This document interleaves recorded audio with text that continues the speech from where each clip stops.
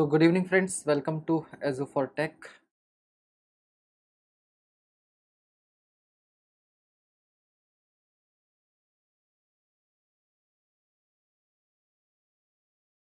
हाँ जी, good evening good evening. आइए सभी फिर जल्दी से स्टार्ट करते हैं।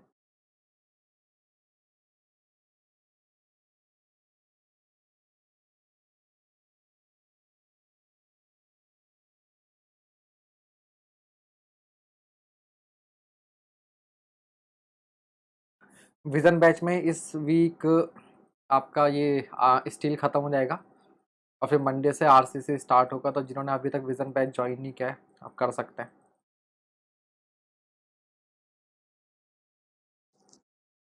तो स्टार्ट किया जाए। पहला क्वेश्चन,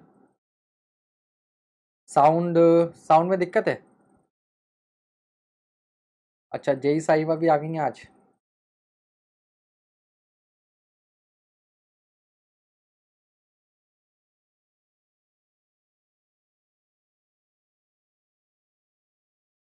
गुड इवनिंग। यार इधर से तो वॉइस उतनी ही है जितनी रहती है। आप जरा अपने एंड पर और थोड़ा सा बढ़ा लो, अपने एंड पर थोड़ा सा और बढ़ा लो। ठीक है, वॉइस जितनी रहती है डेली उतनी है।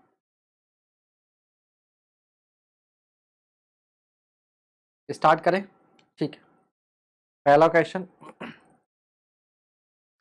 First question. हाँ जी, good evening.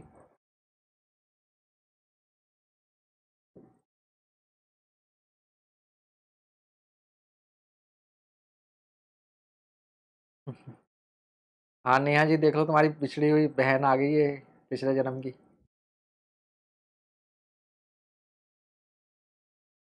The instrument attach to the wheel of a vehicle to measure the distance travelled is. खूब नोट छाप रही है एजुकेशन में, बता रही थी मुझे कॉल पर।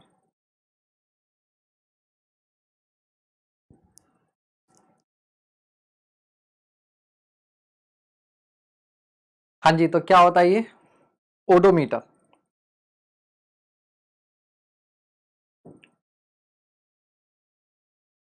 याद है हमारी गाड़ियों में इस तरह के जो इंडिकेटर होते हैं, स्पीडोमीटर, साथ में वहां पर कितनी डिस्टेंस आपकी गाड़ी ने, बाइक ने, कार ने ट्रेवल कर ली ये भी मालूम चल जाता है। तो सब ओडोमीटर की हेल्प से होता है। ठीक है, आपके व्हील पर ओडोमीटर लगा होता है और उसका डेटा डिजिटली आपको यहाँ पर मिल जाता है। ठीक है, एन ओडोमीटर और odograph is an instrument use for measuring the distance travelled by a vehicle such as a bicycle और car. The device may be electronic, mechanical और a combination of two. Electromechanical. Next question.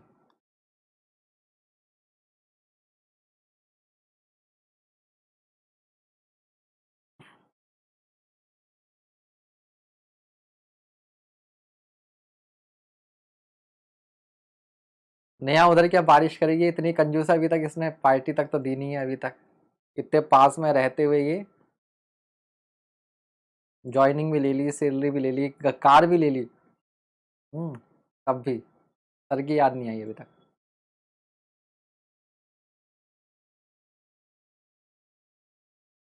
चलिए खैर, हम लोग अब question की तरफ बढ़ते हैं।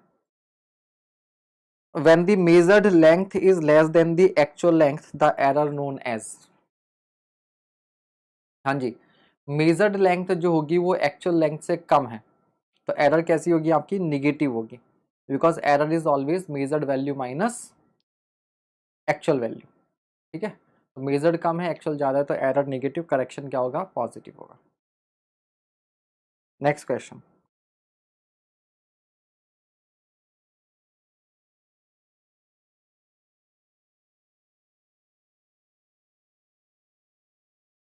The scale of a given plan is written as 1:200। ठीक है, if an original length of 10 centimetre on the plan has now shrunk to 9.8 centimeter. Determine the actual distance denoted by a line which currently measures 10 centimeter. तो आप इसे फॉर्मूले से भी कर सकते हो। ठीक है, और नहीं तो आप क्या करेंगे? बेसिक से इसको कर लेंगे हम लोग, ठीक है। तो बेसिक से करते हैं, फॉर्मूले की ज्यादा जरूरत नहीं है। तो स्केल कितना था आपके पास, जो स्केल है वो 1:200 है, यानी कि स्केल के according 1 centimetre is equals to कितना है, 200 सेंटीमीटर है, यानी कि 2 मीटर आप कह लीजिए, है ना, इज इक्वल्स टू 2 मीटर। ये तो स्केल है, बट एक्चुअल में हो क्या रहा है कि प्लान पर जो लेंथ पहले आपके पास कितनी थी, 10 सेंटीमीटर थी, वो अब कितनी हो गई है, अब वो श्रिंक करके हो गई है 9.8, ठीक है। तो ये जो लेंथ आज 9.8 है, वो एक्चुअल में पहले कितनी थी, 10 थी, ठीक। तो which now determine the actual distance denoted by a line which currently measures. तो आज की डेट में अगर 10 सेंटीमीटर कुछ है, ठीक, तो ये कितनी लेंथ बताती है, ये हमें बताना है। तो क्या हम ये कह सकते हैं कि पहले जो 10 सेंटीमीटर थी, या कहिए आज की डेट का जो 9.8 सेंटीमीटर है, वो एक्चुअल में कितना था, 10 सेंटीमीटर। तो आज का 1 सेंटीमीटर कितना है, 10/9.8 है। तो आज का 10 सेंटीमीटर कितना होगा, आज का 10 सेंटीमीटर जो हो जाएगा वो हो जाएगा 10/9.8 और इंटू 10, इतना। अब 1 सेंटीमीटर कितने के बराबर है, 2 मीटर के बराबर, तो ये कितना हो जाएगा, इसका आप 2 से मल्टीप्लाई कर दो, 2 से मल्टीप्लाई कर दो, तो 20.4 will be the answer, 20.4 will be, ठीक है।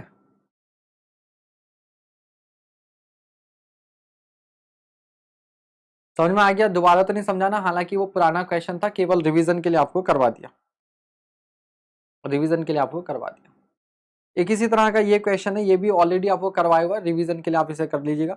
अ plan drawn to a scale of 1:4000 was measured by a scale of 1:5000, the percentage error in the length will be, ठीक है। तो बेसिकली जिस लेंथ को 4000 मानना था, वो आपने 5000 मेजर कर ली, तो एरर कितने की होगी, 5000 माइनस 4000 की। अब ये एरर हुई किस में, 4000 में हुई है, ठीक है। तो परसेंटेज के लिए इसे क्या कर दीजिएगा, 100 से मल्टीप्लाई कर दीजिएगा, ठीक। तो 1000/4000, 25% is the answer, 25% is the answer, ठीक।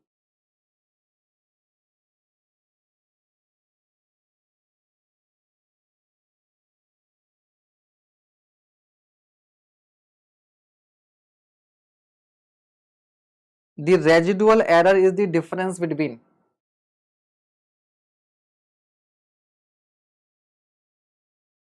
मैंने जो अपना 2014 में जो पहला बैच स्टार्ट किया था मुरादाबाद में ऑफलाइन, तो केवल उसमें 8-10 स्टूडेंट थे, वो 8-10 के 8-10 सबका जो है वो सिलेक्शन हो गया, सब जेई बन गए, ठीक है। तो ये 2013 वाली जो जेई की वैकेंसी थी, एक्चुअली वो फॉर्म 2013 में फिल हुआ था, बट उसका सब कुछ अब ये 2019-20 में जाके कंप्लीट हुआ है, तो उसी में इनको इरिगेशन डिपार्टमेंट मिला था।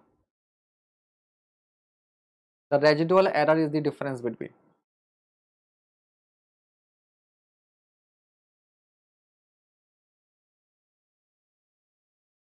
हाँ जी, क्या आंसर होगा,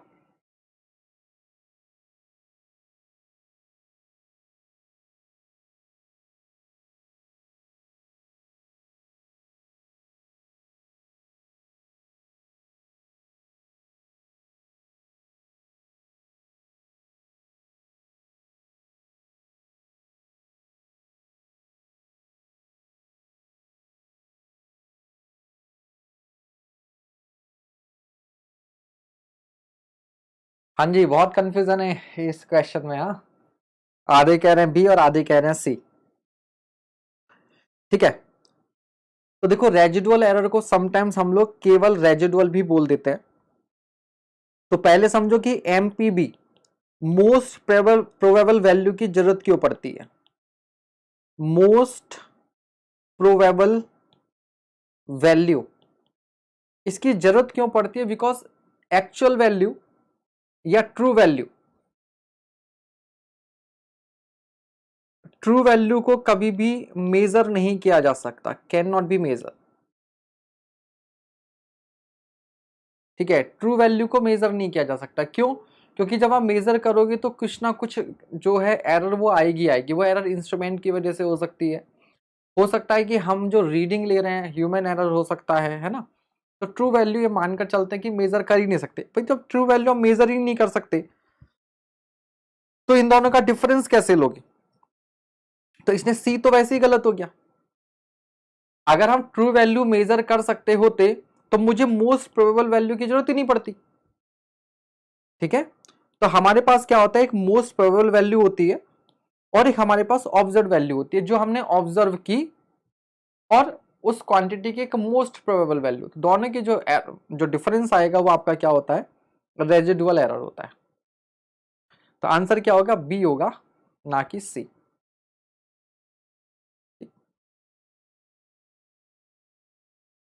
It is the difference between the most probable value of a quantity and its observed value.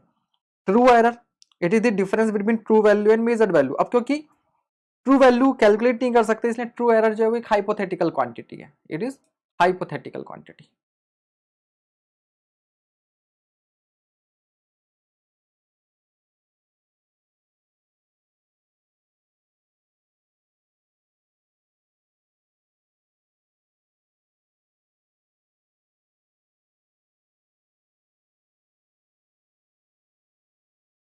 Next question, theory of probability is applied to.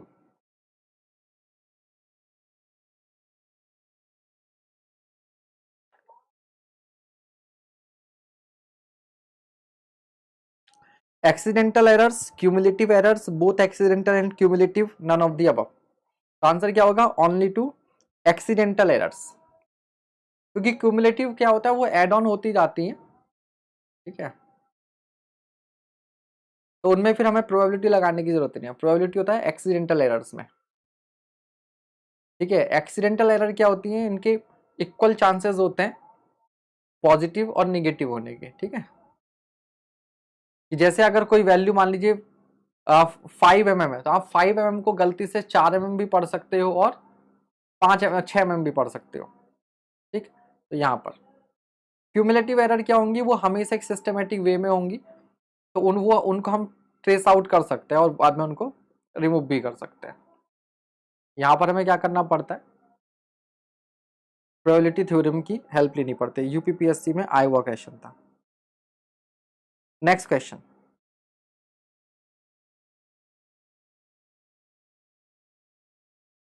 Again ये भी सेम टाइप का क्वेश्चन है। Theory of errors and adjustments deals with minimising the effects of. ठीक है, तो अब इसका क्या देगा, डी। एक्सीडेंटल एरर से हम समझ जाएंगे।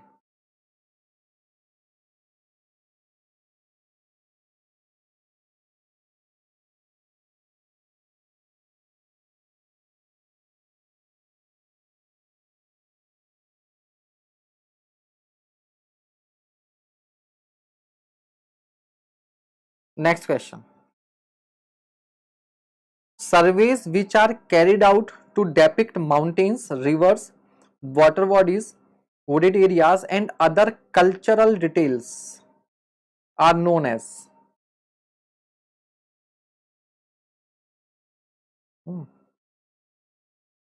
तो इतना बढ़िया एक इन्होंने डी ऑप्शन बनाया इसमें, गाइड मैप सर्वे। अगर ये कल्चरल एरियाज हैं, माउंटेन है, तो गाइड्स के लिए मैप बना रहे हैं, ऐसा नहीं होता है। ठीक है, it is basically topographical survey. ठीक है, it is topographical survey.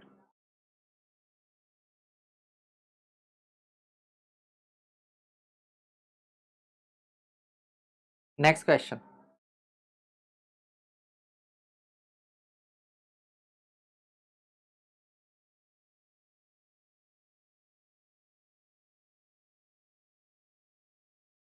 a surveyor measured the distance between 2 points on the plan drawn to a scale of 1 centimeter is equals to 40 meter and the result was 450 meter. Later he discovered that he used a scale of 1 centimeter is equals to 20 meter. Find the true distance between the 2 points. ठीक है, तो इसका आप फॉर्मूले से भी कर सकते हो। ठीक है, correct into correct is equals to wrong into wrong, correct distance into correct scale is equal to wrong distance into wrong scale. और दूसरा कॉमन सेंस से भी कर सकते हो इसको कि भाई आप 1 सेंटीमीटर को 20 मीटर मानकर चले तो इतनी डिस्टेंस थी, बट वास्तव में आप इसको मानकर चले कितना 20 मीटर, बट ये ठीक है, तो यहां से डिस्टेंस कितनी आ गई 450 मीटर, बट एक्चुअल में ये जिसको आप 20 मीटर समझ रहे हो वो एक्चुअल में कितना है 40 मीटर दुगना हो रहा है, तो 450 का दुगना कितना हो जाएगा 900 हो जाएगा। ठीक है, दूसरा तरीका क्या होता है कि जो आपके पास डिस्टेंस है वो टोटल कितनी है 450, तो आप जब इसको 20 मीटर मानकर चलोगे तो इसमें टोटल डिवीजन कितने होंगे 450 अपॉन 20 होंगे। तो दिलीप इसीलिए हम उसको करते ही नहीं, आप ऐसे ही करो। तो 450 बटे 20 450 अपॉन 20 हो गया, इतने डिविजन्स बने। अब एक डिवीजन कितने का है 40 का है, तो मल्टीप्लाई कर दिया 40 से। ठीक है, तो देखो ये डिस्टेंस हो गई, तो 450 में हमने डिवीजन कितने कर लिए 20 से डिवाइड कर लेंगे, बिकॉज एक डिवीजन आपका 20 मीटर का है, तो नंबर ऑफ डिवीजन आ गए। लेकिन एक डिवीजन एक्चुअल में कितने का है 40 का है, तो हमने जो चेन वाला फॉर्मूला लगाते हैं वही हमने यहां लगा दिया, तो आप ऐसे कर सकते हो, है ना, इससे भी हो जाएगा, इससे भी हो जाएगा।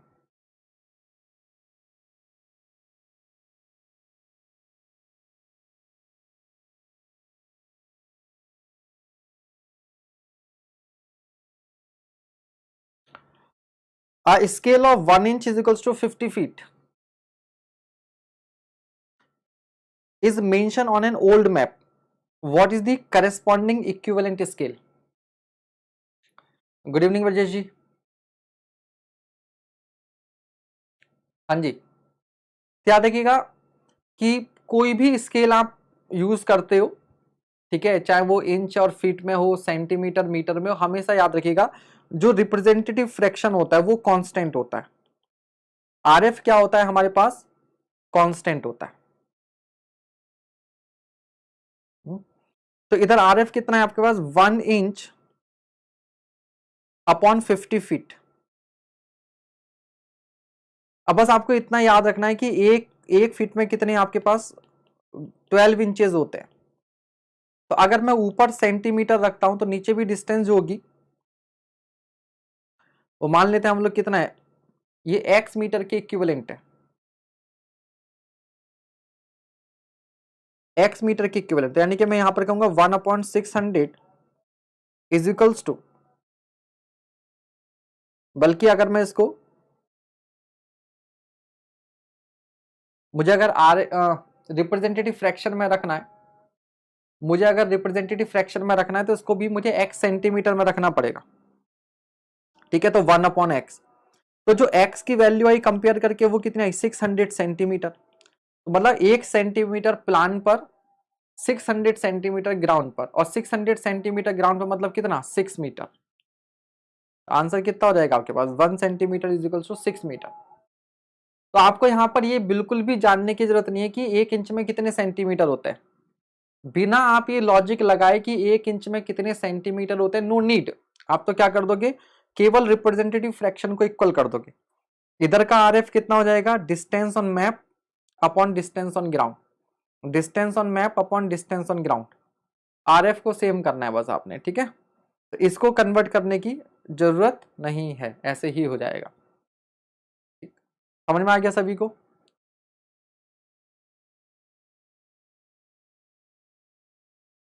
नेक्स्ट क्वेश्चन,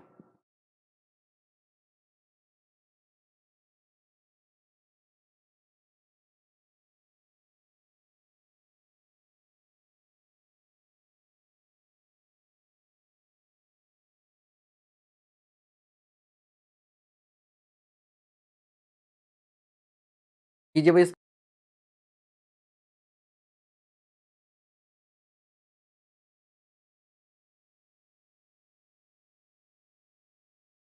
इसका एक ऑप्शन पढ़ के दिल खुश हो गया भाई।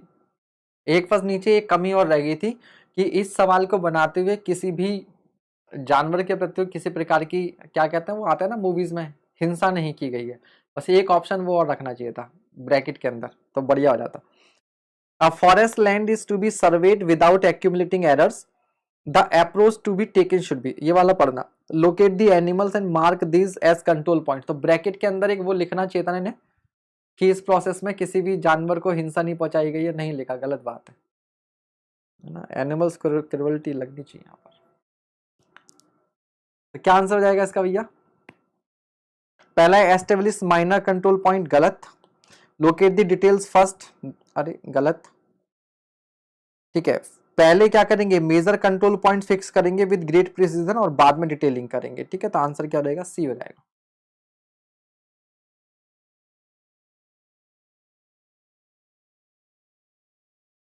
नेक्स्ट क्वेश्चन, वेस्ट बंगाल का था क्या? नहीं, छत्तीसगढ़ का था भाई। ममता दीदी उठा लेंगी तो ऐसा इतना वेस्ट बंगाल को बदनाम करोगे तो।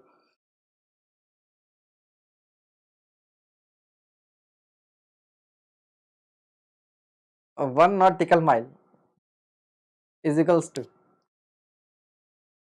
जहां 5 ऑप्शन हो वहां छत्तीसगढ़ होगा। ठीक है, छत्तीसगढ़ वाले ज्यादा चॉइस देते हैं।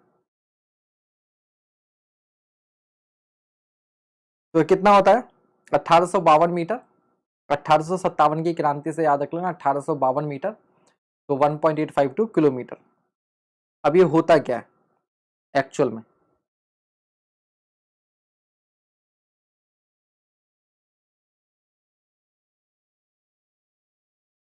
तो nautical mile is a unit of length used in air, marine and space navigation and for the definition of territorial waters.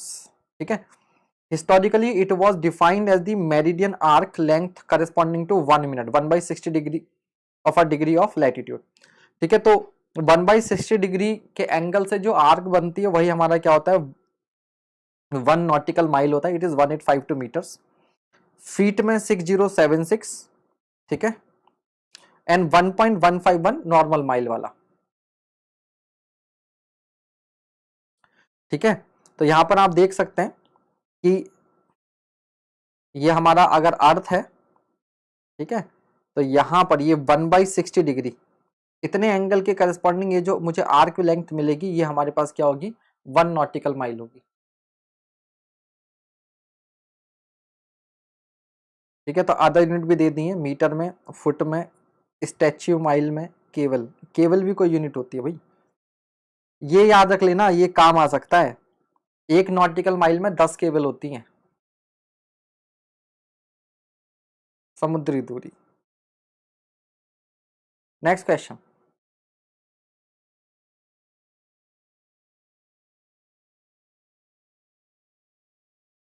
geodetic surveying is used for detailing the topography for a large area, getting control points for horizontal control, finding the elevation of points precisely, तो इसको तो काट ही दो, finding the latitude and longitude of points।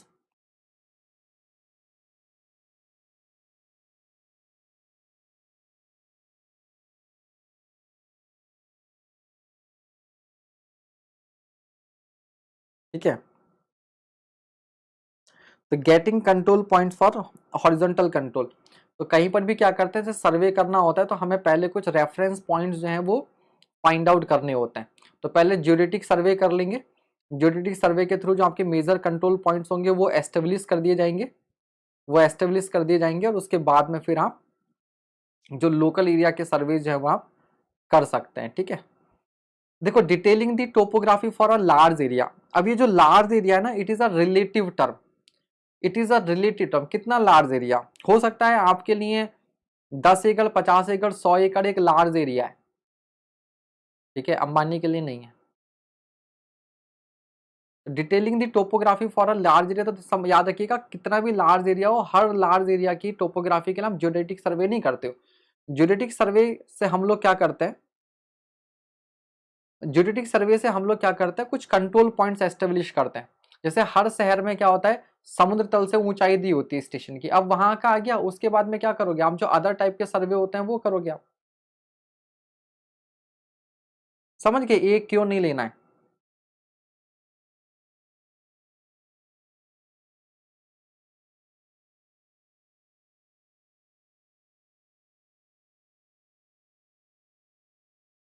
ठीक है, तो बाकी आप चाहो तो इसे क्वेश्चन मार्क में लगा लो अभी, बट लॉजिक मैंने समझा दिया।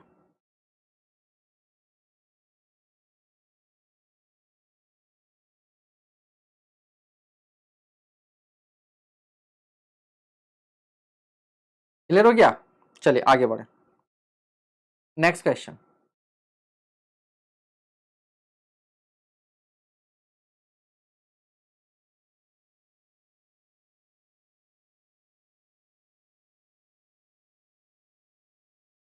अ plane scale is use to read. ठीक है, तो डायगोनल स्केल से हम 3 डायमेंशन मेजर कर सकते हैं, बट प्लेन स्केल से only 2 dimensions, only 2 dimensions.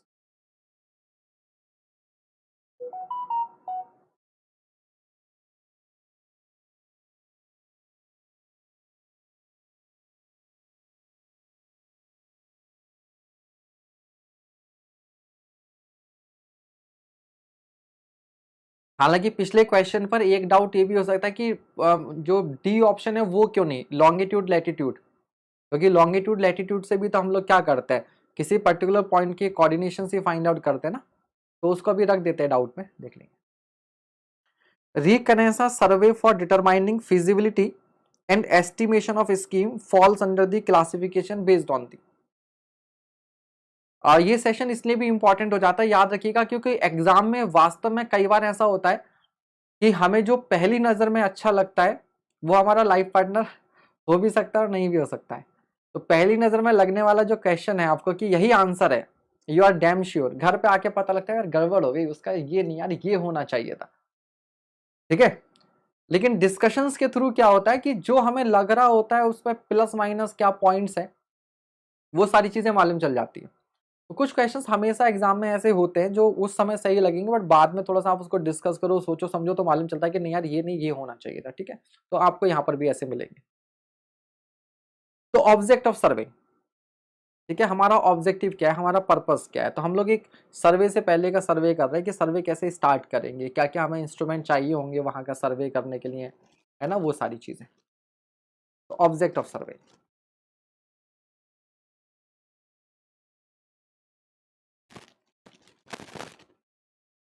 Himanshu कहने सर पर सर मैक्सिमम टाइम करेक्ट होता है। मैं तुम्हारी भावनाएं समझ रहा हूँ, है ना, क्या करें, पहली बार जो अच्छा लग गया वो है, सही है, कोई बात नहीं।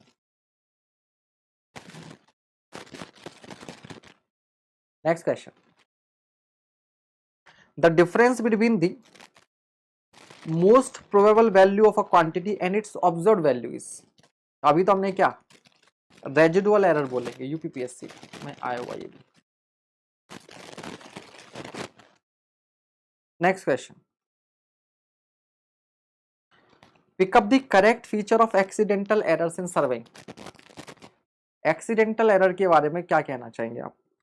Positive and negative errors will occur with equal frequency, small errors occur more frequently, large errors do not occur, all of the above.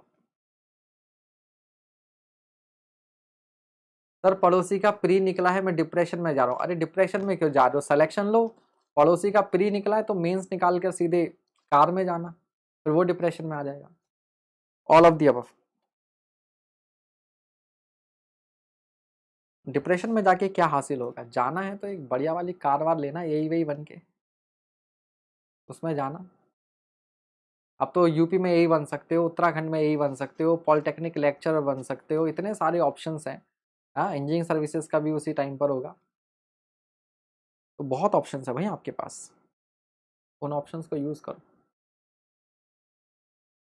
A distance of 270 meter is to be taped with an error of not more than plus minus 0.15 meter. Determine how accurately each 30 meter length should be measured to ensure that error in the above taped distance will not exceed the permissible limit.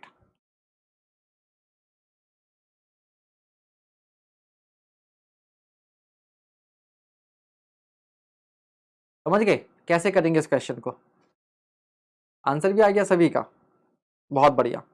तो याद रखिएगा, अगर आपके पास कोई distance L है, x plus y plus z, और अगर इसमें x में E1 की एरर है, y में E2 की एरर है और z में E3 की एरर है, तो जो L में एरर होती है E, वो होती है अंडर रूट में E1 square plus E2 square plus E3 square, और बाहर आ जाता है प्लस माइनस 1। अब मान लो अगर ये सारी एरर जो है वो इक्वल हो जाती, अगर ये सारी एरर इक्वल हो जाएंगी तो क्या हो जाएगा, अंडर रूट में 3e स्क्वायर। तो ऐसे केस में इसको हम लोग क्या बोल सकते हैं, plus minus e into root n, plus minus e into root n, इससे आप निकाल सकते हैं। ठीक है, तो 270 में 30 मीटर कितनी बार जाएगा, 9 बार। तो प्लस माइनस अंडर रूट 9, क्योंकि 270 में 30 जो है वो 9 बार आएगा। ठीक है, और कितना है, प्लस माइनस 0.15, तो प्लस माइनस 0.15 इंटू रूट 9 कितना हो जाएगा, 3।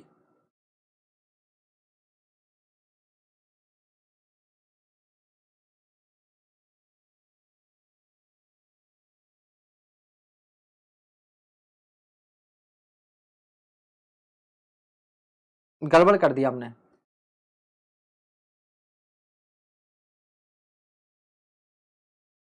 एक्चुअली हमें ई की वैल्यू निकालनी है और टोटल एरर तो हमें दी हुई है। A distance of 270 metre is to be taped with an error of not more than, है ना, एक्चुअल में इधर वाली वैल्यू हमें दी हुई है, ये वाली वैल्यू दी हुई है, और राइट वाली वैल्यू हमें निकालनी है ना, राइट वाली वैल्यू निकालनी है। तो 0.15 इज इक्वल्स टू आपके पास कितना है, 93। तो यहां से ई की वैल्यू आप निकाल लोगे तो 0.05। तो आंसर क्या हो जाएगा, बी हो जाएगा। आंसर क्या हो जाएगा, बी हो जाएगा।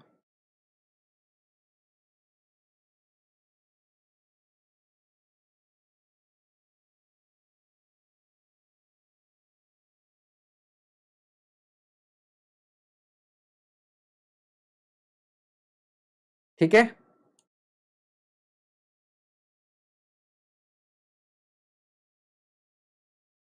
कॉन्सेप्ट समझ में आ गया।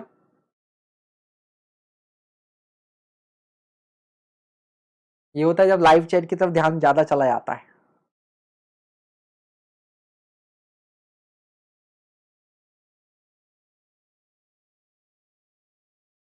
देखो भैया, सवाल ये कह रहा था कि आपके पास टोटल डिस्टेंस है 270 मीटर,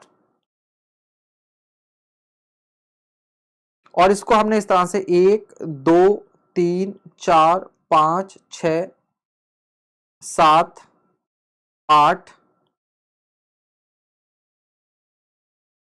और 9,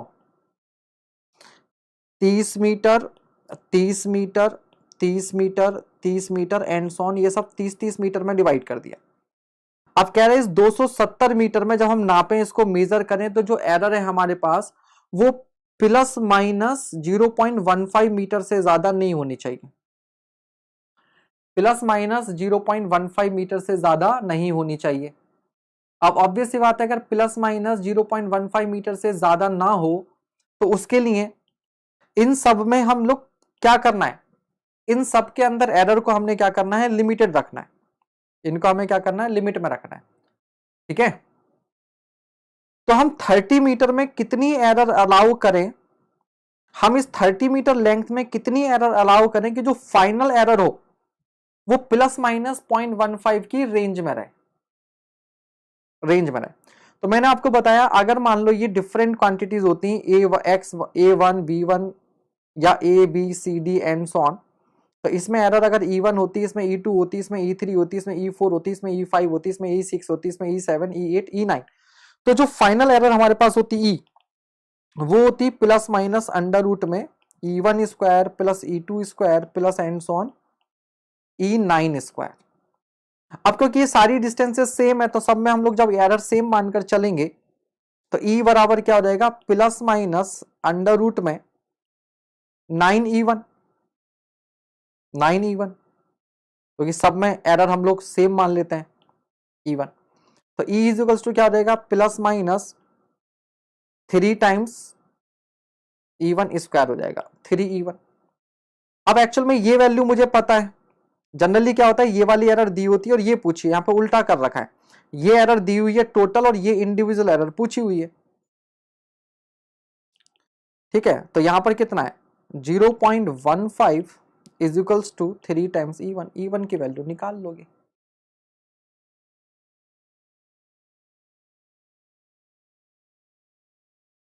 ठीक है,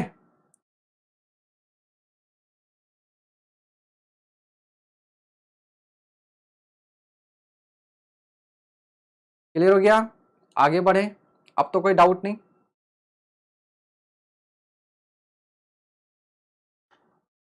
next question,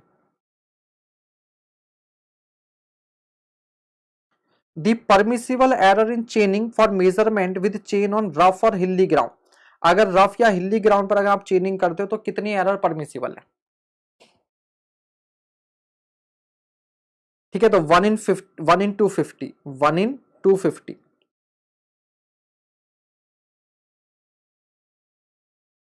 So limits of error in chaining. First, for measuring over rough or somewhat hilly ground, the permissible error is 1 in 250.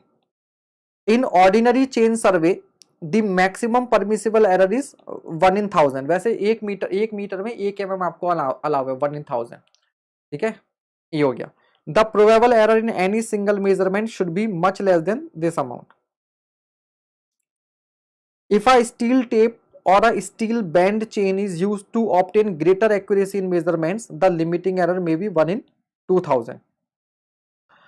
When the standardized steel or invar tape is used and corrections for pull, temperature, sag, slope and alignment etc. are applied, the maximum error should not exceed 1 in 5000. तो बाकी सारे error corrections लगाने के बाद में जो error है वो 1 in 5000 रहनी चाहिए। ठीक है, तो हमसे पूछा है ये, बट लगे हाथ तो आपको बाकी सारे भी बता दिए।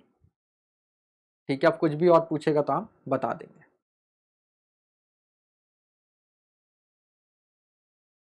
नेक्स्ट क्वेश्चन,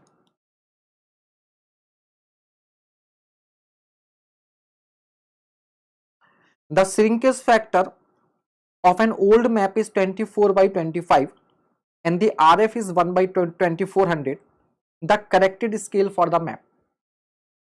तो सिंपल सा फॉर्मूला होता है, इन दोनों की क्या कर देंगे, मल्टीप्लाई कर देंगे। तो आपके पास जो करेक्ट RF है या जो करेक्ट स्केल है उसके लिए हम लोग क्या कर देते हैं, आपके पास shrinkage factor and into RF। कितना हो जाएगा ये, 24/25 दे रखा है और 1/2400। ठीक है, तो 1:2500 ऑप्शन आपका आ गया ए।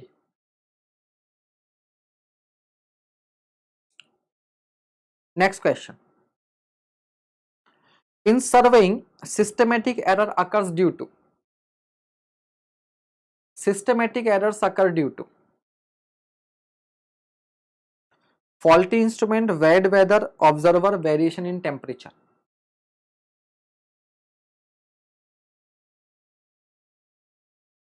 हाँ जी, इसका आंसर क्या होगा?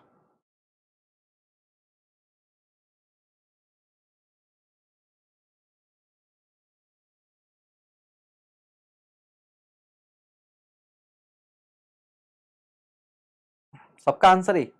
और टेम्परेचर की वजह से कैसी एरर होती है? टेम्परेचर की वजह से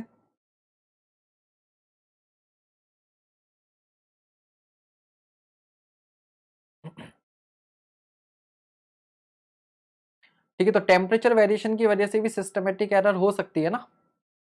मान लो टेम्परेचर बढ़ा हुआ है तो अगर आपके चेन की लेंथ बढ़ गई तो क्या होगा, चेन की लेंथ बढ़ जाएगी तो क्या हो जाएगा, लेकिन फिर वो ए का सब पार्ट बन जाएगा, है ना। चेन आपकी क्या हो गई, एक तरीके से टेम्परेचर वेरिएशन की वजह से फॉल्टी हो गई। तो आंसर क्या रहेगा, ए ही रहेगा। आंसर क्या रहेगा आपका, ये रहेगा faulty instrument. Next question, different types of errors are given below, natural error, gross error, systematic error, random error. Which of these errors represent the errors in surveying?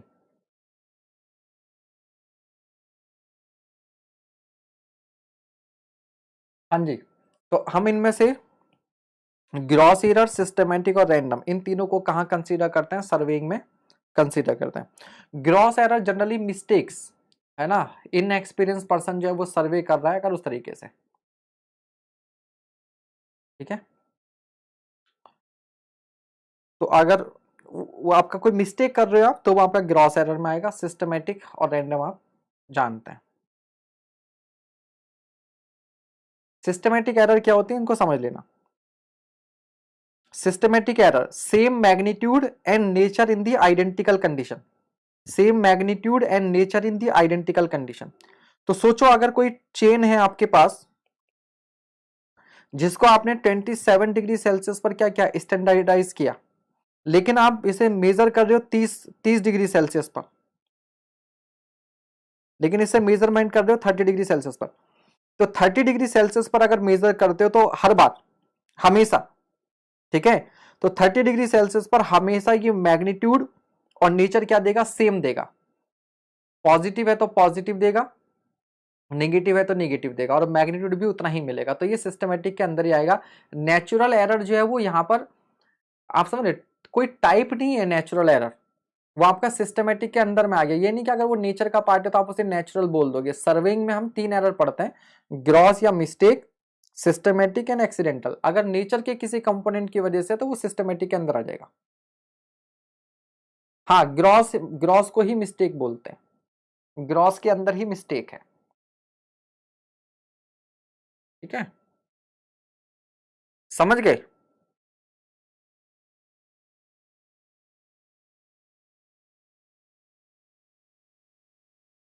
Next question,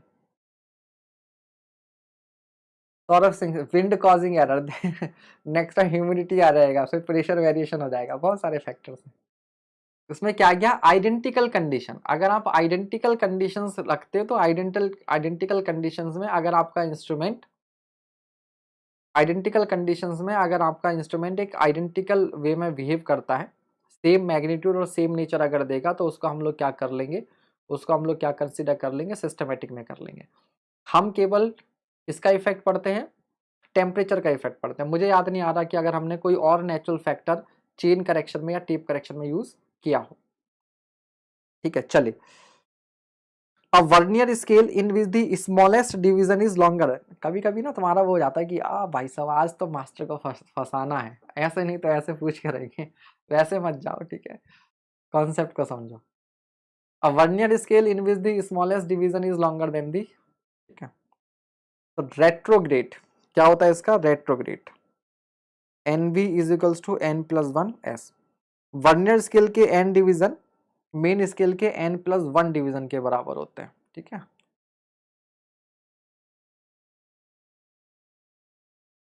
next question.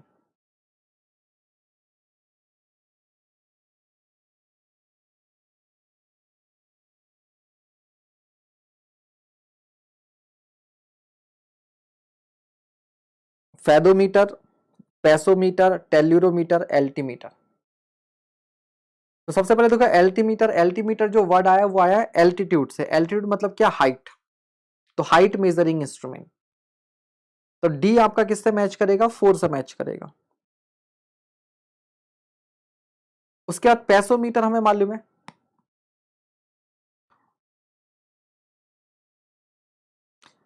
पेसोमीटर क्या है आपका, distance measuring instrument है। तो ठीक है, तो B किससे match करेगा, 3 से। तो एक ही ऑप्शन है ए आपका जिसमें बी 3 से मैच कर रहा है, डी 4 से। इसका मतलब ए आपका किससे मैच करेगा, 2 से। फैदोमीटर, फैदम वर्ड से आया, it is sounding instrument, sound के थ्रू डिस्टेंस मेजर करता है। और ए आप, ठीक है, और सी टेल्यूरोमीटर, सी किससे मैच करें आपका, 1 से। It is a microwave instrument, microwave instrument. तो आप इस तरीके से अगर हमें, क्योंकि इतने दुनिया में इतने तरह के इंस्ट्रूमेंट होंगे, किस किस का आपको मालूम होगा, तो आप क्या कर सकते हो उस केस में, एलिमिनेशन के थ्रू आंसर कर सकते हैं।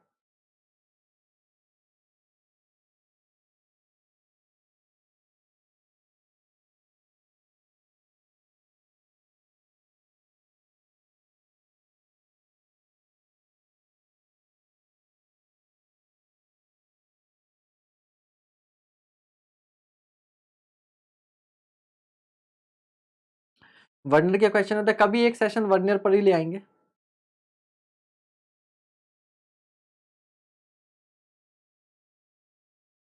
धन्यवाद Akhil Shrivastava ji. The apparatus required for measuring waistline length using rigid bars is,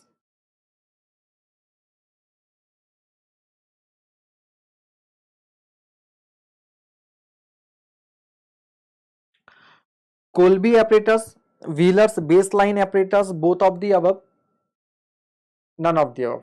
ठीक है, तो answer both of the above.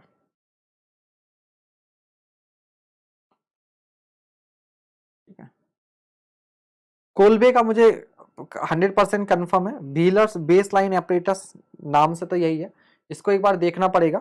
Kolbe 100% होता है, व्हीलर वाला मुझे एक बार देखना पड़ेगा. ठीक है, बट ये यूपीपीएससी में आया हुआ, तो एक बार आप चेक कर लेना. हालांकि इसका आंसर जो बोथ ऑफ दोनों है, मतलब ठीक है दोनों है.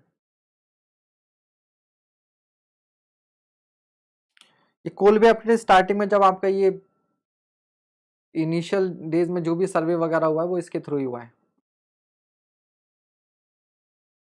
Next question, the total length of 8 links in a revenue chain is. समझने आने वाला ही नहीं था यार. जो बेस लाइन होती है, अभी हम लोग सर्वे करते हैं तो किसके थ्रू मेजर करते हैं? चेन के थ्रू मेजर करते हैं. चेन में एरर होने के चांसेस ज्यादा होता है. रिजिड रॉड जो होती है उसमें केवल टेम्परेचर का वेरिएशन होता है ना, और बाकी वेरिएशंस नहीं हो सकते, तो उसके थ्रू बेस लाइन को मेजर करते हैं हम लोग, है ना. तो उसमें कोल्बे ऑपरेटर्स है और दूसरा व्हीलर्स. तो आप समझने वाला कुछ है नहीं. अगर आपने वो ऑपरेटर्स का पढ़ रखा है, पहले क्वेश्चन किया हुआ है, तो आप कर दोगे, अदरवाइज नहीं कर पाओगे. ठीक है, next question, revenue chain. Revenue chain आपको मालूम है 33 फीट की होती है, लेकिन 33 फीट में कितने होते हैं? 16 लिंक होते हैं. कितने होते हैं? 16. बट यहाँ पर कितने की बात कर रहा है? 8 लिंक की. तो 33 का आधा कितना हो जाएगा? 16.5. 16.5, तो आंसर क्या हो जाएगा? ए हो जाएगा, है ना. नेक्स्ट क्वेश्चन,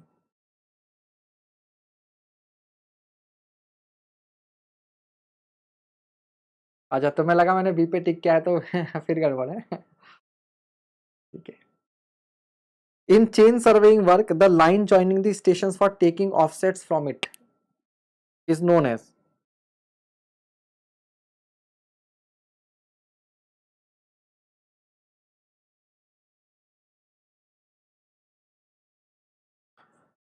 ठीक है, तो check line, chain line, base line, tie line. Base line से नहीं ले सकते ऑफसेट. ठीक है, बट मेनली जो टाई लाइन होती है इसका काम भी क्या है? ऑफसेट लेने के लिए ही होता है, इंटीरियर डिटेल्स के लिए. और टाई लाइन को आप एज ए चेक लाइन भी यूज कर सकते हैं. नेक्स्ट क्वेश्चन,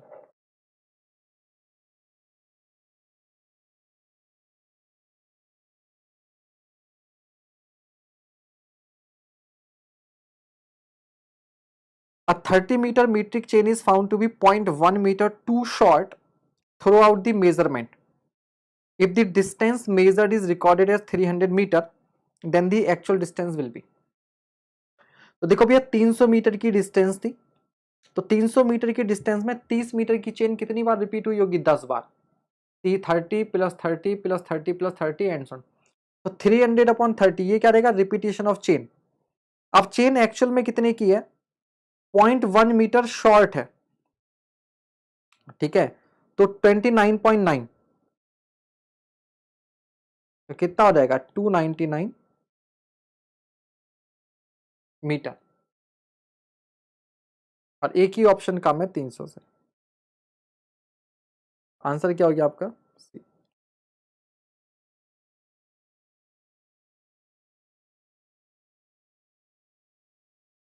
ठीक है, कोई फॉर्मूला याद करने की जरूरत नहीं है, कुछ नहीं, simple. Number of repetition of chain और टेप और multiplied by actual length, multiplied by actual length. Next question, while applying correction due to sag in a chain or tape survey, which of the following shapes is assumed to be followed?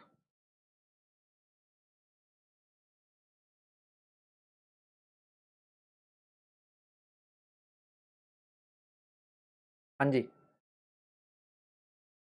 तो chain या tape, तो sagging की वजह से जो actual shape होती है वो क्या होती थी? एक्चुअल शेप क्या होती थी? कैटेनरी.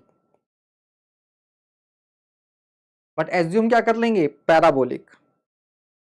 याद है भी कुछ दिन पहले स्ट्रक्चर में क्वेश्चन किया था, आप में से किसी ने एग्जाम्पल भी दिया था. ये एग्जाम्पल भी दिया था कि सर्वे वाली जो चेन होती है उसकी सेल्फ वेट के अकॉर्डिंग जो शेप होगी वो कैटेनरी. किसी ने एग्जाम्पल भी दिया था उस दिन.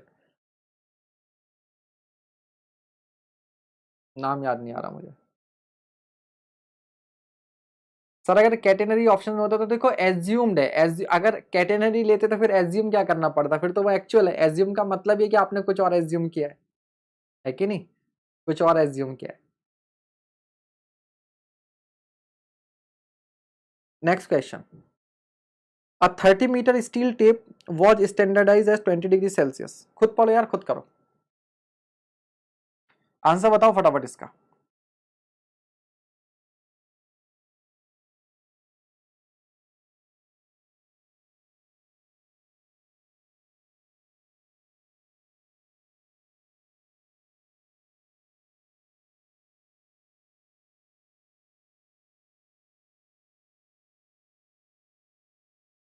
हाँ जी,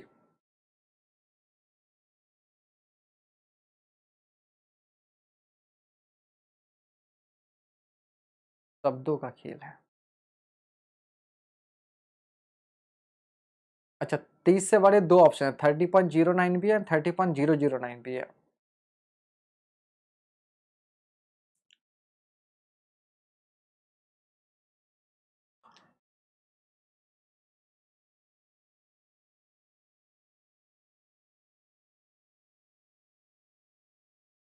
तो पहली बात तो टेम्परेचर करेक्शन की अच्छी बात ये होती है कि अपना दिमाग आपको नहीं लगाना होता। जब हम लोग correction is equals to L alpha delta T लगाते हैं, तो अगर इसमें डेल्टा टी पॉजिटिव होता है तो करेक्शन पॉजिटिव आता है, और डेल्टा टी निगेटिव होता है तो करेक्शन निगेटिव आता है। तो लेंथ कितनी है 30 मीटर, एल्फा कितना है 15 इंटू 10⁻⁻6, और डेल्टा टी कितना है 20 का, डेल्टा टी कितने का है 20 का। तो जो करेक्शन आ गया, जो करेक्शन आ गया आपके पास वो कितने का आ गया,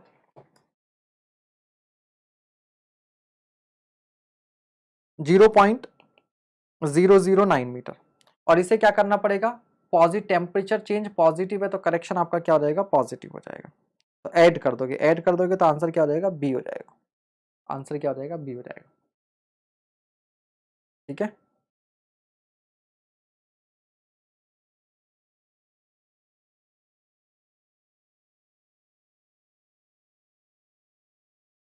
ए आंसर क्यों दे रहे हो बालक, बी ही होगा ना।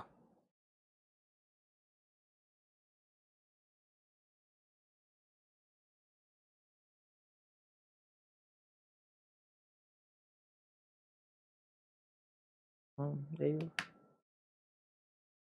किसी को ये तो नहीं बताना कि पॉजिटिव क्यों होता है। हाँ, हाँ, सोम का कॉन्सेप्ट से कह सकते हैं आप, जो स्ट्रेन वाला कॉन्सेप्ट हम लोग लगाते हैं, थर्मल स्ट्रेस थर्मल स्ट्रेन का। तो क्या 10th क्लास फिजिक्स है, थर्मल एक्सपेंशन हम लोग पढ़ते हैं।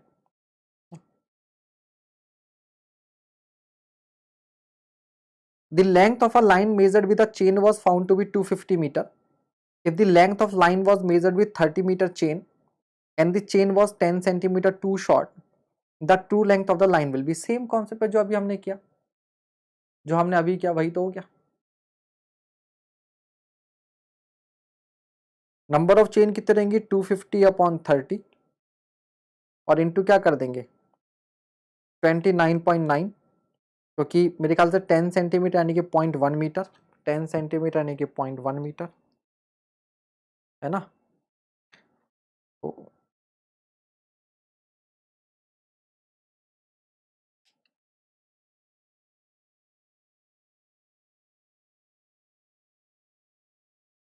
आंसर बी हो जाएगा। अब सवाल में कुछ नहीं है लेकिन कैलकुलेशन करनी पड़ेगी।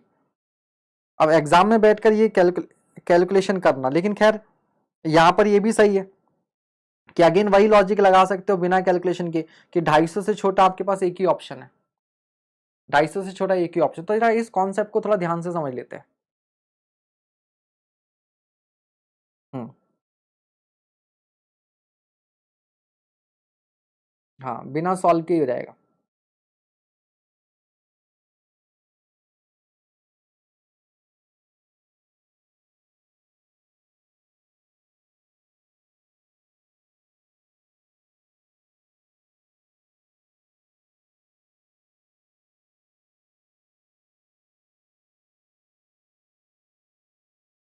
मान लीजिए हमारे पास इस तरह से 10 10 10 मीटर करके कितनी डिस्टेंस है 40 मीटर है। ये 40 मीटर डिस्टेंस है। ठीक है, तो आपको कैसे मालूम चला ये 40 मीटर डिस्टेंस है? क्योंकि आप एक चेन लेकर गए 10 मीटर की। आप क्या लेकर गए? आपका जो टेप था या जो चेन थी वो आप 10 मीटर की एज्यूम करके 10 मीटर की लेकर गए। अब आपको कैसे पता 10 मीटर? क्योंकि उसके ऊपर लिखा था 10 मीटर, क्योंकि उसके ऊपर लिखा था 10 मीटर। तो आपने कहा कि भाई ए से बी भी 10 मीटर है, बी से सी भी 10 मीटर है, सी से डी भी 10 मीटर और डी से ई भी 10 मीटर, 40 मीटर है। जब आप वापिस आए तो आपको मालूम चला कि यार ये बेसिकली 10 मीटर नहीं थी, ये 10 मीटर नहीं थी, ये 8 मीटर की चेन थी, 8 मीटर का टेप था, इस पे गलती से 10 मीटर का टैग लग गया। ये टेप था कितने का? 8 मीटर का, गलती से इस पे टैग लग गया 10 मीटर का। अब क्या हो? करना कुछ नहीं यार, जिसको तुम 10 मानकर चल रहे थे वो बेसिकली कितना है? 8 है। तो अब बेसिकली ये लेंथ कितनी है? 32 मीटर। तो आपने गलती से 32 मीटर को 40 समझ लिया था, आपने गलती से 32 मीटर को 40 समझ लिया। तो अगर टेप या चेन की एक्चुअल लेंथ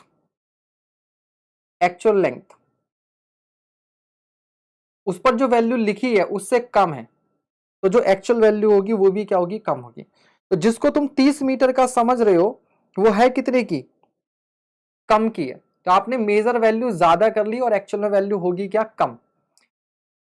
इससे आप करप्शन कैसे कर सकते हैं? सोचो, करप्शन कैसे कर सकते? मतलब मैं करना नहीं सिखा रहा, मैं एक तरीका बता रहा हूं। सपोज करो कहीं पर एक रोड प्रोजेक्ट है, एक हाईवे का प्रोजेक्ट है पीडब्ल्यूडी का। ठीक है, अब पीडब्ल्यूडी का जो प्रोजेक्ट है, मान लो एक रोड है। अब रोड तो 100 किलोमीटर की होती है, मान लो 100 किलोमीटर रोड है। भाई इसकी लेंथ कहीं से मेजर करोगे ना, इसकी लेंथ मेजर करोगे और जो बिल बनेगा वो रनिंग मीटर में रनिंग मीटर में आएगा। मान लो कुछ ऐसी क्वांटिटी है जो रनिंग मीटर में है, मान लो सिंपल सा जो, जैसे मान लो पेंट, वो जो पीली पट्टी बनाई जाती है, पीली पट्टी जो खींची जाती है उस तरीके का है, वो लेंथ में मेजर कर लिया, लेंथ में मेजर कर लिया तो उससे मालूम चल जाएगा कि भाई कितना बिल बना। तो आपने क्या कर लिया, जो टेप है आपका 30 मीटर का, ठीक है, उस पर चिट लगी है 30 मीटर की, बट उसे जानबूझकर आपने कर लिया 29.5 मीटर। यार थोड़ी बहुत एरर तो कोई भी अलाउ करेगा, भाई टेप है, थोड़ा बहुत खिंच गया होगा, छोटा हो गया, क्या दिक्कत है? क्या दिक्कत है? तो जब आप इस छोटे टेप से मेजर करोगे तो ये डिस्टेंस क्या आएगी? ज्यादा नप कर आएगी, और जब ज्यादा नप कर आएगी तो पैसा क्या बनेगा? बिल क्या बनेगा? ज्यादा बनेगा, ज्यादा बनेगा। ठीक है, समझ रहे हैं? तो ये देखो थोड़ा सा इतना एरर, जो किसी को कोई अगर देख भी ले तो लगेगा ठीक है, मतलब होगा इतना तो अलाउ है, लेकिन बूंद बूंद करके घड़ा पड़ता है, तो थोड़ा थोड़ा थोड़ा थोड़ा होके करके ये एक बड़ी रोड में ज्यादा हो जाएगा। ठीक है। हाँ लक्ष्मी बेटा, हम तो सिखा रहे हैं, तुम तो कर रहे हो सीधे।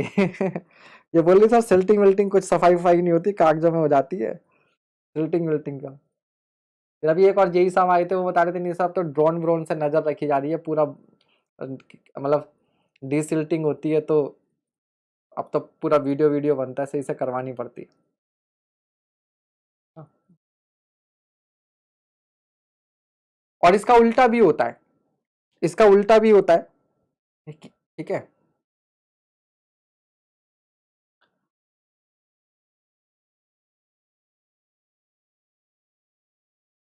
चलो खैर, फिलहाल ये कौन सा समझ गया ना, अगले सवाल पे चलते हैं।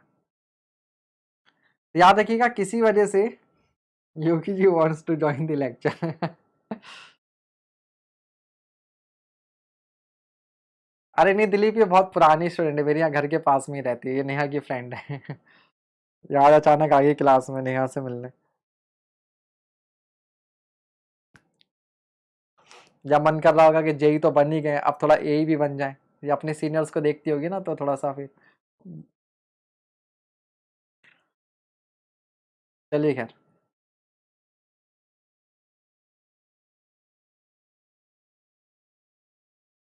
Next question. Length of 50 metre chain is short by 0.05 metre, what kind of error will it introduce? Anil तुमने बोला था बेटा एक दिन वर्नियर का कर लेंगे अलग से सेशन।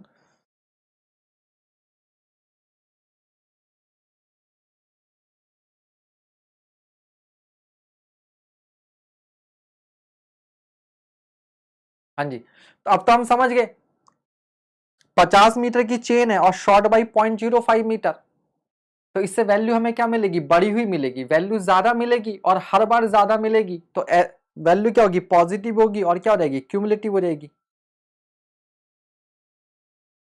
एरर पॉजिटिव होगी ना, वैल्यू बढ़कर मिलेगी, ज्यादा मिलेगी। अभी तो हमने पीछे किया 32 मीटर कितना हो गया था बढ़कर 40 मीटर, तो एरर कितनी मिली 40 माइनस 32।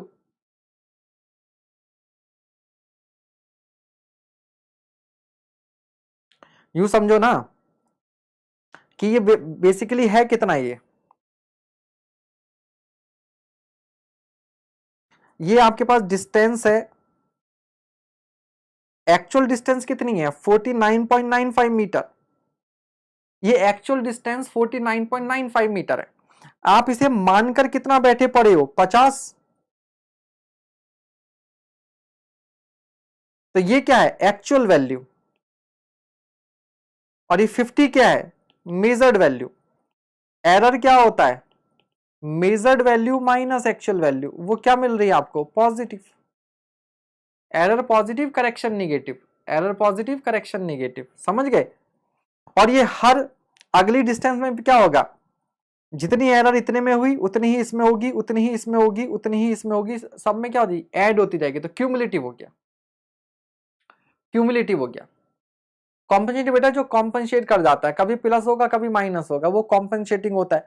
क्यूमुलेटिव मतलब जो ऐड होता जाए, हमेशा ऐड होता जाए, चाहे निगेटिव में ऐड हो चाहे पॉजिटिव में ऐड हो, हमेशा ऐड होता चला जाएगा, ठीक है। कॉम्पनसेटिव का मतलब है कि जैसे मान लो, जैसे अभी एक क्वेश्चन आएगा आगे, अभी बहुत सारे क्वेश्चन है, डोंट वरी, अभी आगे आ जाएंगे, अभी और भी कई क्वेश्चन आएंगे, उसमें कॉम्पनसेटिव का भी और आगे मालूम चल जाएगा।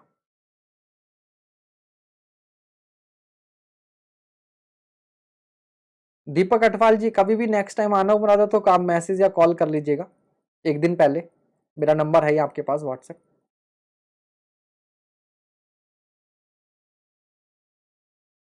हमेशा आप एरर के टर्म में सोचो, करेक्शन उसका निगेटिव।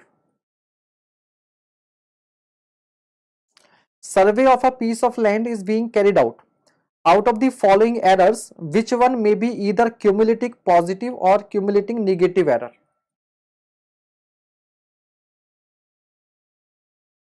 बहुत क्वेश्चन है एरर के, ये आपका सारे क्लियर हो जाएंगे आज, इस तरह के कॉन्सेप्ट्स,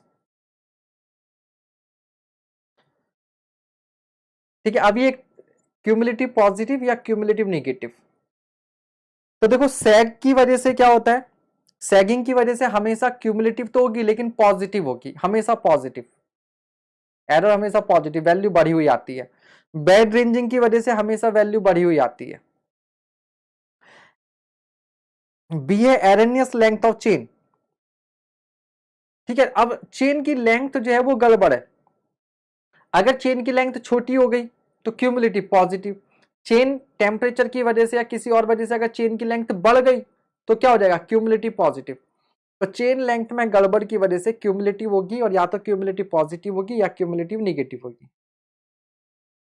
तो क्या मैं इसे कॉम्पनसेटिंग बोल सकता हूं, ये कभी पॉजिटिव है कभी निगेटिव है, तो मैं इसके ऐसे कॉम्पनसेटिव बोल सकता हूं, कॉम्पनसेटरी बोल सकता हूं, बताइए क्या मैं इसे कॉम्पनसेटरी बोल सकता हूं, कॉम्पनसेटिंग, क्या मैं इसे कॉम्पनसेटिंग बोल सकता हूं।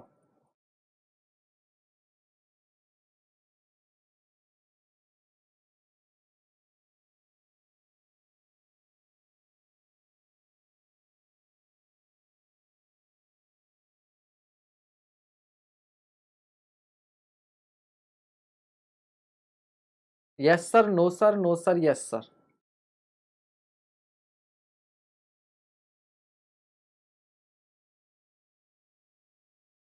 जी सर, ठीक है, मैं इसे कॉम्पनसेटिंग नहीं बोल सकता, मैं इसे कॉम्पनसेटिंग नहीं बोल सकता, क्यों नहीं बोल सकता, क्योंकि याद रखो एक बार के सर्वे में, जैसे अगर मान लीजिए लेंथ, अगर जो चेन आप 30 मीटर की मानकर चल रहे हो और वो अगर 29.9 मीटर की है, तो यार एक ऑब्वियस सी बात है, अगर पहली इस चेन में अगर आपके पास 0.1 मीटर की अगर एरर है तो अगले में भी 0.1 मीटर की होगी, अगले में भी 0.1 मीटर की होगी, और ये पॉजिटिव एरर होंगी, तो ये सारी की सारी क्या हो जाएंगी, ऐड होती जाएंगी सिग्मा। लेकिन अगर उसी तरह से ये मान लीजिए अगर 30.1 मीटर की है तो -0.1 होगा, -0.1 होगा। तो याद रखिएगा, या तो पॉजिटिव वे में क्यूमुलेटिव होगा या निगेटिव वे में होगा, ऐड होगा, एक दूसरे को कैंसल आउट नहीं करेंगे। कॉम्पनसेटिव एरर कहां पर होती है कि मान लीजिए एक चेन है आपके पास, ये चेन है,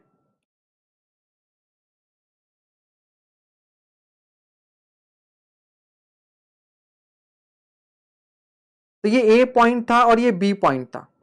तो आपको मालूम है कि सर्वे में क्या होता है, एक लीडर होता है, एक फॉलोअर होता है। तो जब एक चेन लेंथ कंप्लीट हो जाती है तो जो फॉलोअर होता है वो यहां पर क्या करता है, एक मार्किंग पिन लगा देता है,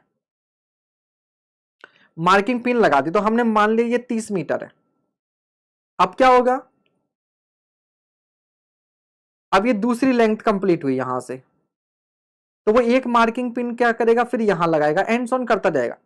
तो अब क्या होगा, ये कभी मार्किंग पिन को 1 mm आगे लगा सकता है और कभी मार्किंग पिन को 1 mm पीछे लगा सकता है। तो हो सकता है कि यहां पर इस वाले केस में इसने 1 mm मार्किंग पिन क्या कर दी, आगे लगा दी, क्योंकि यार जल्दी जल्दी सर्वे कर रहे, 1 आध mm का कौन ध्यान दे रहा है।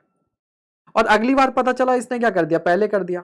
कभी कभी क्रिकेट में होता है ना, जिस बॉल पर, जहां पर बैट्समैन आउट था वहां तो आउट दिया नहीं उसे, बैट से निक लगा, कीपर ने पकड़ लिया, लेकिन अंपायर को पता नहीं चला, उसने नॉट आउट दे दिया। अगली बॉल पर क्या हुआ, उसे रियलाइज हुआ उसकी गलती का कि यार ये बैट्समैन आउट था, मैंने आउट दिया नहीं। अगली बॉल पर क्या हुआ, निक नहीं लगा लेकिन उसने आउट कर दिया तो वो कॉम्पनसेटरी हो गया, कॉम्पनसेटरी हो गया। ठीक है, तो कॉम्पनसेटिंग का मतलब है जो एरर अपने आप एक दूसरे को क्या कर सकती है, एक नंबर ऑफ ऑब्जर्वेशंस में एक दूसरे को कैंसिल करते हुए चले। तो कभी प्लस कभी माइनस, कभी प्लस कभी माइनस, तो ये कभी आपस में प्लस माइनस होते हुए क्या कर देंगे, एक दूसरे को कॉम्पनसेट करते चले जाएंगे। आपको इसी तरह से याद होगा, बिल्डिंग मटेरियल में जब हम लोग ब्रिक्स की लेंथ का टेस्ट करते हैं, जब हम लोग ब्रिक की लेंथ का टेस्ट करते हैं तो हम लोग क्या करते हैं, 20 ब्रिक्स लेते हैं, 20 ईंटें लेते हैं ना शायद। तो हम लोग 20 ईंटों को एक लाइन में लगाते हैं और इन 20 ईंटों की जो टोटल लेंथ होती है उस टोटल लेंथ में एरर निकालते हैं। क्यों, क्योंकि ऑब्वियस सी बात है, कोई ईंट बड़ी होगी, कोई छोटी होगी, कोई बड़ी होगी, कोई छोटी होगी, तो ये आपस में क्या कर देंगे, कॉम्पनसेट हो जाएंगे।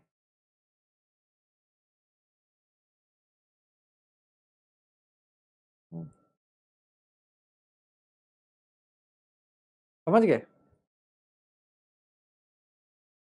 एक भाई साहब गए थे रिवेट लेने एक बार, तो इन्हें 4 रिवेट चाहिए थी 16 mm की, और 4 रिवेट चाहिए थी 20 mm की। दुकान वाले ने 8 रिवेट दे दी 18 mm की, कॉम्पनसेटरी कर दिया उसने।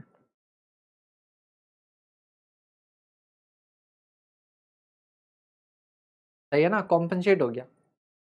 4 रिवेट में अगर डायामीटर उसने बढ़ा दिया तो 4 में कम कर दिया। इसलिए एरर को क्या किया जाता है, तो ये फर्जी वाला नहीं चलेगा, इसलिए स्क्वायर करके अंडर रूट लिया जाता है। ठीक है, हाँ, तो हम यहाँ पर ये नहीं कह सकते कि एरर 0 है, यहाँ पर ये नहीं कह सकते एरर 0 है, इसलिए जो एरर होगी वो यहाँ की एरर अलग -2 और यहाँ की एरर, यहाँ की एरर +2 और यहाँ की एरर -2 तो इसका स्क्वायर करके अंडर रूट लेने का जो कॉन्सेप्ट था वो इसी वजह से आया था, है ना, इसी वजह से आया था। यहाँ पर आप कॉम्पनसेट नहीं कर सकते। तो अभी हमने पढ़ा था ना, अंडर रूट में E1² + E2² plus under root क्यों लिया था, वो इसी वजह से लिया था।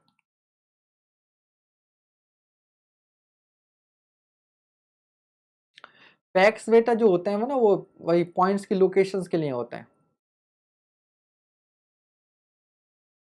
ग्राउंड पे पॉइंट्स बताने पड़ेंगे ना, कहां से कहां तक लेंथ आपने मेजर करनी है। Next question, length of revenue chain. तो रिवेन्यू चेन की लेंथ तो अभी हमने पीछे क्वेश्चन न्यूमेरिकली मतलब छोटा सा क्वेश्चन ही कर लिया इस पे। तो कितना था, 33 फीट था ना, 33 feet solar link.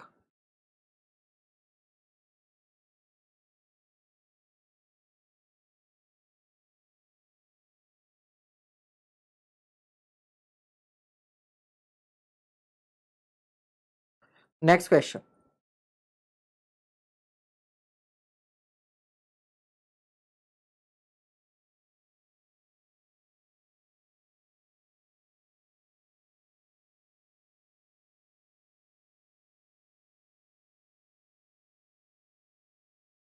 playground was measured with a 30-meter chain and found area of 40 kilometers square.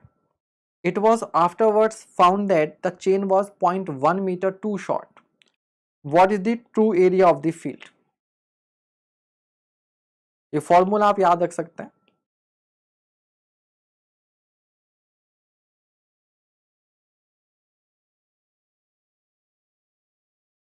True area is equal to true length upon measured length का स्क्वायर इनटू मेजर्ड एरिया। ठीक है, इस फॉर्मूले से आप calculate कर लेंगे तो आपका आंसर क्या देगा, बी आ जाएगा।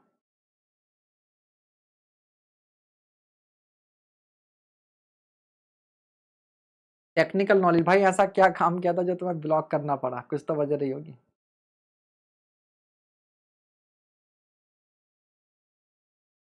Next question,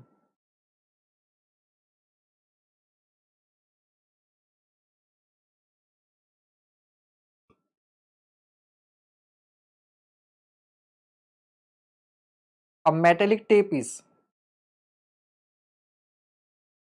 invar, linen, cloth and wires, steel।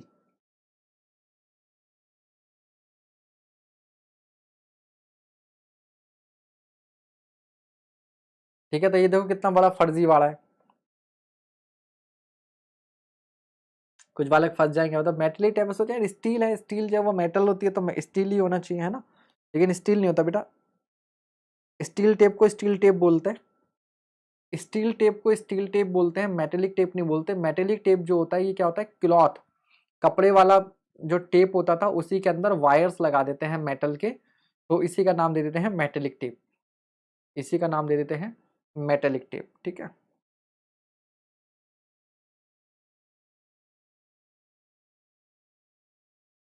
Next question, which of the following angles can be set out with the help of a French cross staff.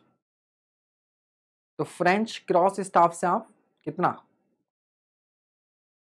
45 degree और 90 degree दोनों के angle जो है वो बता सकते हैं।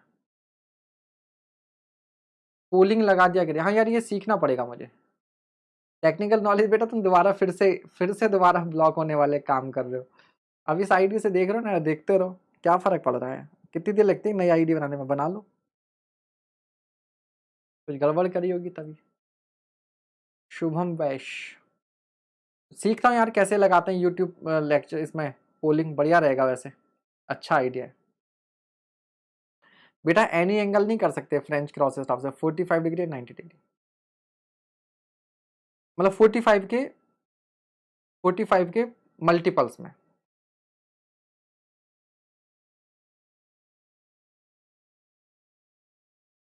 यूपीपीएससी में देखो एसर्शन रीजनिंग वाला क्वेश्चन भी आया हुआ है। The base line are usually much shorter than average length of the triangle side. गलत हो गया, बेस लाइन तो सबसे बड़ी लाइन होती है, और जैसे ही एक गलत हो जाए वैसे ही आपके पास कोई भी एक ऐसा ऑप्शन इसमें है, A and R both false. अच्छा, इसमें दे रखा है बोथ फॉल्स वाला, ईएससी में होता तो हम सीधे सी पर टिक लगा देते। लेकिन क्या है, it is difficult and expensive to measure long base line. Obviously बात है, लॉन्ग बेस लाइन को मेजर करना डिफिकल्ट क्यों होता है, रेंजिंग करनी पड़ती है, रेंजिंग करनी पड़ती है। ठीक है, और रिसोर्सेज ज्यादा लगते हैं रेंजिंग में। नहीं, इस बार इन्होंने यूपीपीएससी वालों ने ईएससी से एक कदम आगे का सवाल बनाया है ये। ठीक है, दोनों पढ़ने पड़ेंगे। तो A is false but R is true. UPPSC का क्वेश्चन होता है इंजीनियरिंग सर्विसेज का, तो मैं सीधे क्या करता, उसमें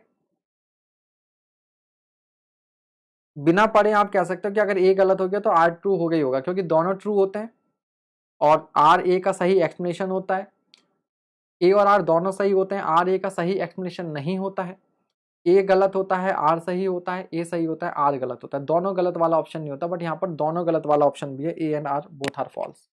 ठीक है, तो थोड़ा ध्यान रखना पड़ेगा, ध्यान रखना पड़ेगा अगली बार।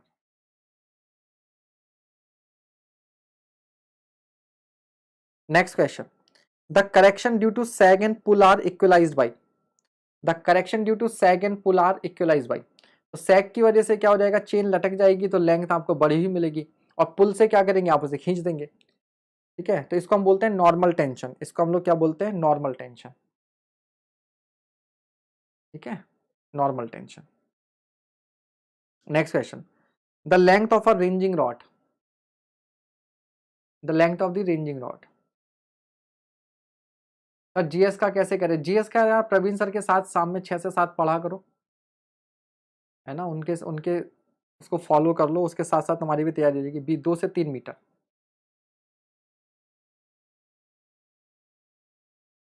Marking the end of chain length is an example of, तो मैंने आपको ऑलरेडी एक्सप्लेन कर दिया, marking the end of chain length, chain length के एंड को जब आप मार्क करोगे तो कभी आप एक्चुअल पॉइंट से आगे मार्क कर दोगे और कभी आप एक्चुअल लेंथ से पहले मार्क कर दोगे, तो कभी वैल्यू थोड़ी सी बढ़ जाएगी, कभी वैल्यू थोड़ी सी घट जाएगी, तो ये क्या हो जाएगी, कॉम्पनसेटिंग एरर, ये क्या हो जाएगी, कॉम्पनसेटिंग एरर हो जाएगी। नेक्स्ट क्वेश्चन,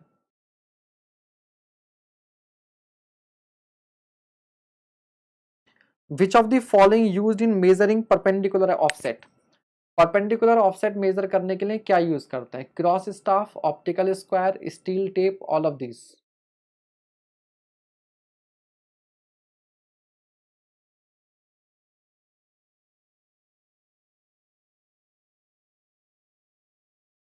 हाँ जी, इसका आंसर क्या होगा,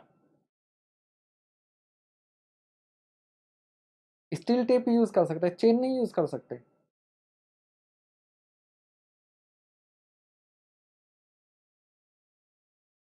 मैंने कैसे किया था, मैंने जैसे किया था वैसे करोगे तो सिलेक्शन ही नहीं होगा, क्योंकि मैं जीएस और हिंदी बिल्कुल पढ़ के ही नहीं गया था।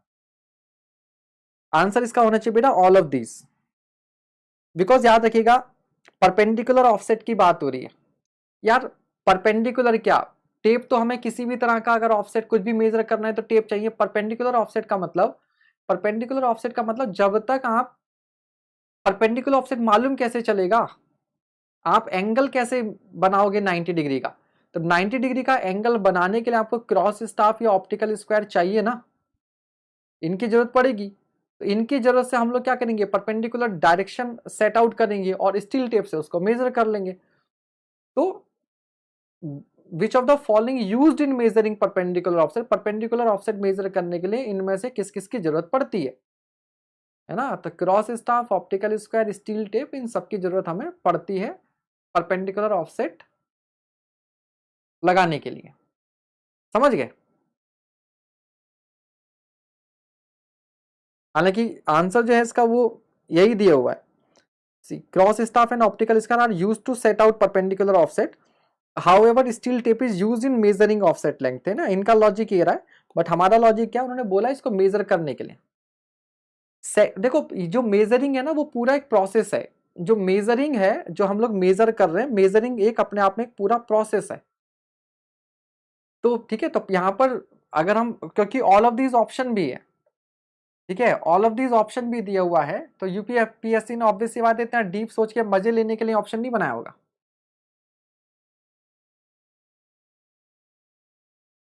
शशांक वो भी और भी तरीके होते हैं हमारे पास, 3 4 5 वाला भी कॉन्सेप्ट होता है, पाइथागोरस थ्योरम वाला। मैं बिल्कुल आप लोग की एग्री कर रहा हूं, मैंने किताब का आंसर भी दिखा दिया कि सी है स्टील टेप, लेकिन आप एग्जामिनर की फीलिंग्स को समझो, ठीक है, वो यहाँ पर शब्दों से इस तरीके से नहीं खेलेगा कि मेजरिंग करना, अरे मैंने तो मेजर करना बोला था, वो था ना आटा और गेहूं पिसवाने वाला, कि नदी में बाढ़ आ गई, एक आदमी आटा पिसवाने जा रहा है, तो बताओ आटा कैसे पिसवाएगा, फिर आप बोलोगे अरे आटा थोड़ा पिसवाने जाते हैं, आटा तो पिसा हुआ था, जरूरत ही नहीं है, गेहूं पिसवाने जाते हैं, तो यहाँ पर वो चीज नहीं हो रही।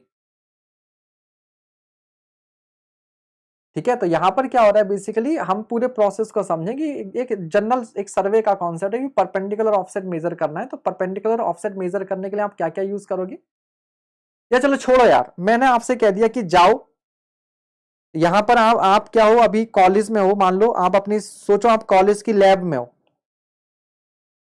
आप कॉलेज की लैब में हो, ठीक है, और आपको आपके प्रोफेसर ने बोला कि यार ये ए बी लाइन है, यहां पर हमें एक परपेंडिकुलर ऑफसेट इस पी को मेजर करना है। चलो आज हम परपेंडिकुलर ऑफसेट मेजर करना सीखेंगे, अपने अपने इंस्ट्रूमेंट लेके चलो। तो आप अपने इंस्ट्रूमेंट लेके क्या चले गए, आप सीधे टेप लेकर चले गए,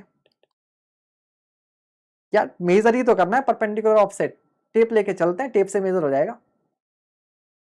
या क्या करोगे आप साथ में ऐसे इंस्ट्रूमेंट भी लेकर जाओगे जिनसे आप परपेंडिकुलर ऑफसेट क्या करोगे, सेट कर सको। ठीक है, समझ रहे हो। बाकी अल्टीमेटली ठीक आपने करना है, मैं अपना थॉट प्रोसेस आपको बता रहा हूं, मैं अपना थॉट प्रोसेस आपको बता रहा हूं। सानविराज कहीं दिन में दिखाई दियो तुम आज मेरे ख्याल से। आज जो 13 वाला इसी के अंदर आपके जेई के 90% क्वेश्चन कवर हो रहे होंगे।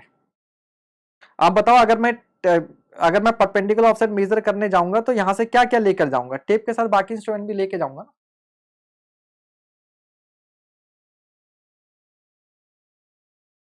ठीक है, 3 4 5 रेशो से कर देंगे, फिर मारो गोली, ये ऑफसेट वॉफसेट की जरूरत क्या है, फिर तो cross stuff, optical square, French इसका इनको हटाओ यार, जरूरत क्या है, हमेशा हम स्टील टिप से कर लिया करेंगे। हाँ, सब्जेक्टिव नहीं है भैया सब्जेक्टिव नहीं है कि वहां लिख कर आ जाओगे। बाकी मैं फिर कह रहा हूं, मुझे नहीं पता, हो सकता है आयोग ने आंसर सी मानो, मैं तो आप देखो, मैं यहाँ पर आपकी हेल्प के लिए हूँ। ठीक है, मैं तो एक थॉट प्रोसेस बता सकता हूँ कि अगर मेरे को क्या सही लग रहा है और आपको क्या सही लग रहा है, मेरा सही लगे तो आप उसको मान, नहीं तो अपना करो, है ना। एग्जाम सेंटर पर जाना हो तुम्हें, तुम लखनऊ के रहने वाले हो, सेंटर पड़ा हो दिल्ली, तो पैदल निकल जाना, कि 11 नंबर की गाड़ी तो है ही अपने पास, पैदल भी चले जाएंगे 3 4 5 से कर लेंगे, 3 4 5 से कर लेंगे, तो यार तुम्हें अगर लखनऊ से दिल्ली जाना हो तो पैदल चले आना, चले तो हम पैदल भी जाएंगे ट्रेन की रिजर्वेशन की क्या जरूरत है।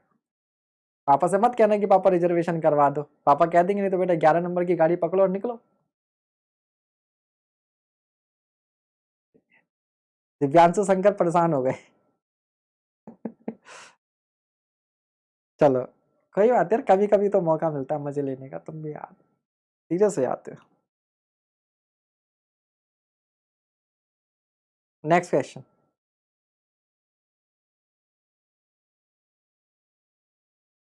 शंकर प्रकाशाराम दिख नहीं रहे हैं। आवाज ही काफी है यार, दिखने की क्या जरूरत है।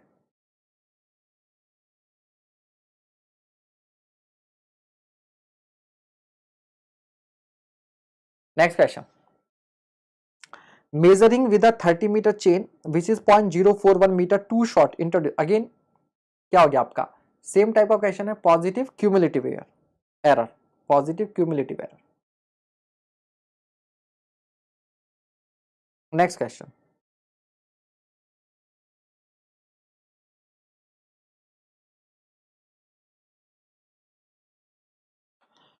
As per Indian standard specification the length of one link in 30 metre chain, तो एक लिंक कितने का होता है, 20 सेंटीमीटर का होता है। 100 मीटर वाली चेन में कितने होंगे, सॉरी 20 मीटर वाली में कितने होंगे 100, और 30 मीटर में कितने होंगे 150।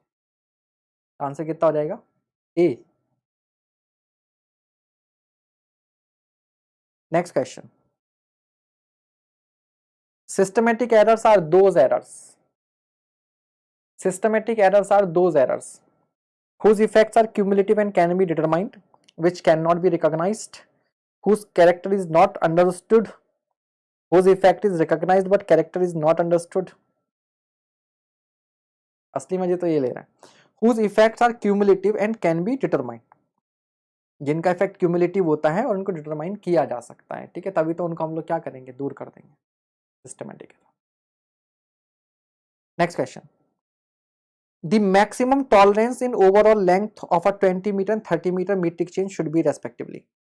मैक्सिमम टॉलरेंस 20 मीटर में ±5 और 30 मीटर में ±8 mm तक की आप टॉलरेंस रख देंगे, टॉलरेंस रख देंगे। Next question. Which of the following is our basic triangulation figure, तो बेसिक ट्रायंगुलेशन फिगर में क्या होगा, ट्रायंगल्स बनेंगे, तो ए में ट्रायंगल बनना है, बी में ट्रायंगल बनना है, डी में ट्रायंगल बनना है, तो ए बी और डी, सी आंसर नहीं है, तो A B and D, A B and D. ठीक है, In chain surveying, in order to locate the position of a point accurately by perpendicular offsets, we should determine the direction of perpendicular by.